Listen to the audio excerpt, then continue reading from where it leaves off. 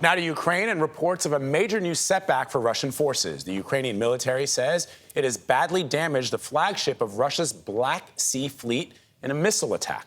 The Russians say the cruiser was not hit by Ukraine. Meanwhile, residents of Chernihiv in northern Ukraine are returning to what's left of their homes after a devastating campaign of shelling and airstrikes. The local mayor says 70% of the city was destroyed. Holly Williams is in Ukraine this morning. Holly, good morning. Good morning. Well, Ukrainian forces have so far put up a much tougher resistance than many people expected, aided by some notable Russian military failures. But now Ukraine is bracing for a fresh Russian attack in this country's east. These people have fled Russia's brutal invasion. At this evacuation centre, they register and get whatever help's available. But they're running short here of even basic supplies like soap and toothbrushes.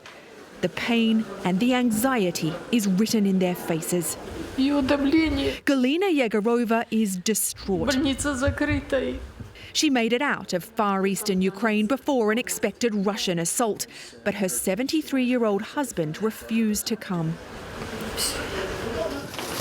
Ukraine's civilians know they're in the firing line.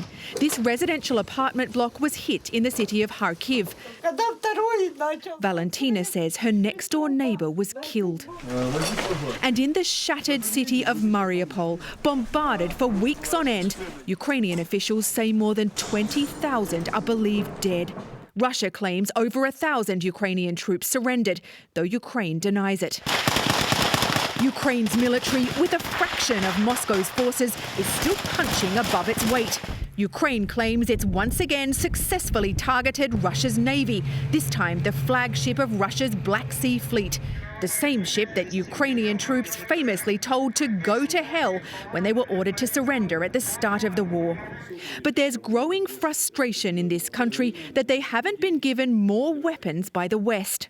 Ми відчуваємо ту допомогу від Сполучених Штатів. Colonel Igor Igamberdiev, a veteran of Ukraine's military, told us earlier this week that the US has given Ukraine enough weapons to prevent its own destruction, but not enough to win the war. Freedom must be armed better than tyranny. Western countries have everything to make it happen. Ukraine's President Volodymyr Zelensky spelled out what Ukraine wants yesterday with a wish list of weaponry. Artillery 155 millimeters.